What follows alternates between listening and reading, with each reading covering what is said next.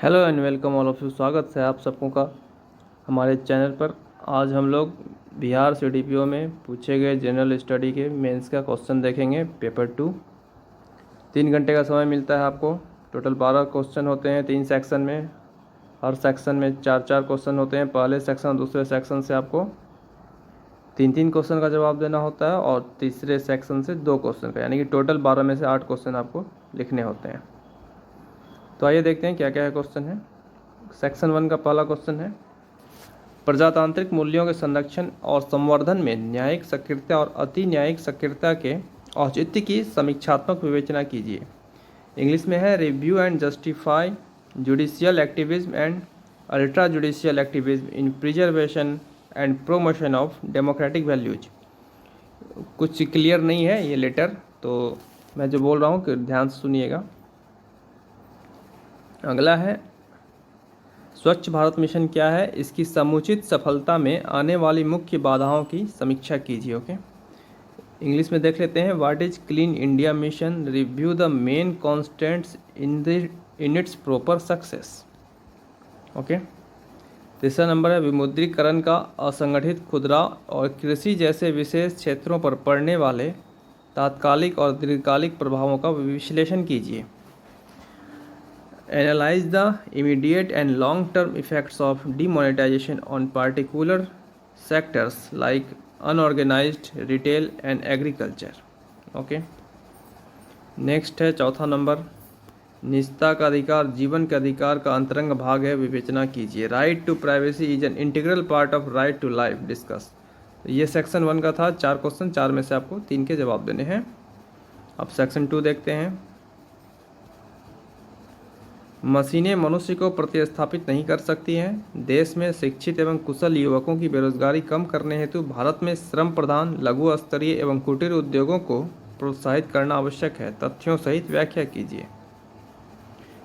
English में, machines can not replace man, it is essential to promote labour intensive small scale and cottage industries in India to reduce unemployment among educated and skilled youths in the country.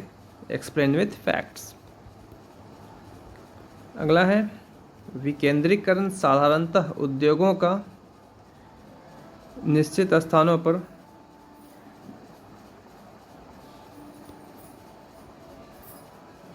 बिखराव मात्र नहीं है। थोड़े से लोगों के हाथों की अपेक्षा बहुत से लोगों के मध्य स्वामित्व का विकेंद्रीकरण भी आवश्यक है। क्यों और कैसे? इंग्लिश में देख लेते हैं। Decentralisation is not simply the dispersal of industries at different places. Decentralization of ownership among large number of people from the hands of very few is also necessary. Why and how? Okay. 7वां नंबर है, भारत में विकास योजनाएं प्रशासन आधारित राज्य इकाइयां न होकर भू आर्थिक क्षेत्रीय विशेषताओं पर आधारित होनी चाहिए, जिससे प्राकृतिक साधनों का अधिकतम उपयोग हो सके। क्या विशेष आर्थिक क्षेत्र नीति इस हेतु उपयुक्त है? यदि नहीं तो वैकल्पिक नीति का सुझाव दीजिए। इंग्लिश में देख लेते हैं। Development plans in India should be based on geo economic zonal characteristics instead of administrative based state unit for maximum utilisation of natural resources, whether SEZ special economic zone is the right strategy for India, and if not, suggest alternate strategy. Okay. 8वां नंबर है, भारत के सभी राज्यों में सर्वाधिक 10.7% की विकास दर हासिल करने के दावे के बावजूद बिहार से अन्य राज्यों एवं NCR की ओर श्रमिकों के मौसमी पलायन की दर में वृद्धि हुई है। बिहार से श्रम पलायन की वर्तमान स्थिति के संदर्भ में इस विरोधाभास की व्याख्या कीजिए। इंग्लिश में है, with the claim of having achieved a growth rate of 10.7%, the highest among all states in India, the rate of seasonal migration of labour has increased from Bihar to other states and NCR. Explain this paradox with reference to current status of migration of labor from Bihar. Okay, ये second section का था। दूसरे section से 4 question थे, इसमें से भी आपको 3 के जवाब देने होते हैं। और थर्ड सेक्शन देखते हैं। यूएसए तथा चीन शिक्षा तथा सेना पर अधिक बजट खर्च करते हैं, क्या हमारे भारत को यह नीति अपनानी चाहिए? यदि हाँ, या तो हाँ या ना, इस पर उपयुक्त कारणों सहित तर्क दीजिए। ओके, इंग्लिश में है, USA and China expand more budget on education and army, should our India adopt this policy? Either yes or no, give arguments with appropriate reasons. 10 number है,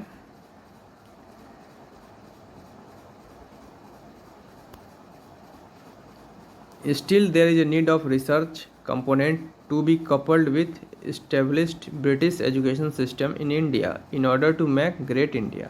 Discuss in the detail.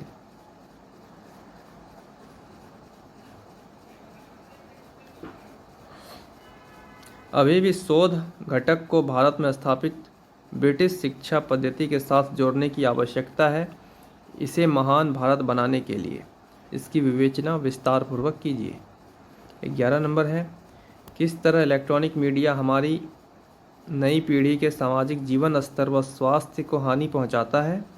Mobile के सामने बच्चे अपने माता पिता को खो देते हैं। उपयुक्त उदाहरणों के साथ संपूर्ण लेखा दीजिए।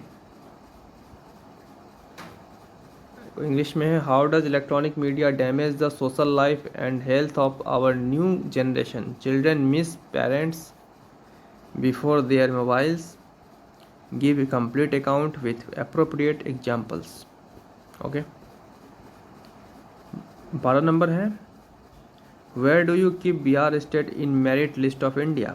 Discuss the policies of government taken to minimize the corruption and to improve the law and order in Bihar. आप बिहार राज्य को भारत की गुणवत्ता श्रेणी में कहाँ रखते हैं?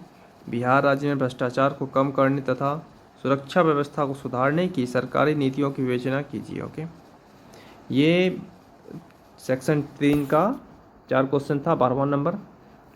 तो सेक्शन 3 में 4 में से आपको 2 के जवाब देने होते हैं। ओके, टोटल आपको 8 क्वेश्चन आपको जवाब देना होता है। और इस वीडियो का PDF टेलीग्राम पर डाल दिया गया है, आप वहाँ से जाके डाउनलोड कर सकते हैं, वहाँ से देख सकते हैं। ओके, कैसा लगा आपका वीडियो? और आप ज़रूर क्वेश्चन को लिखने की कोशिश करें, बार बार प्रैक्टिस करें, खुद से लिखकर एक टाइम लिमिट बना लें, इस टाइम के अंदर आपको लिखना है, तो आपकी अच्छी प्रैक्टिस हो जाएगी। एग्ज़ाम में आपको काफ़ी मदद मिलेगा उससे। ओके, कैसा लगा आपको आज का वीडियो हमें कमेंट में लिखकर बताएं। आगे हम लोग किसी और क्वेश्चन पेपर को लेके आएंगे अगले सेशन में। थैंक यू, बाय, मिलते हैं अगले सेशन में।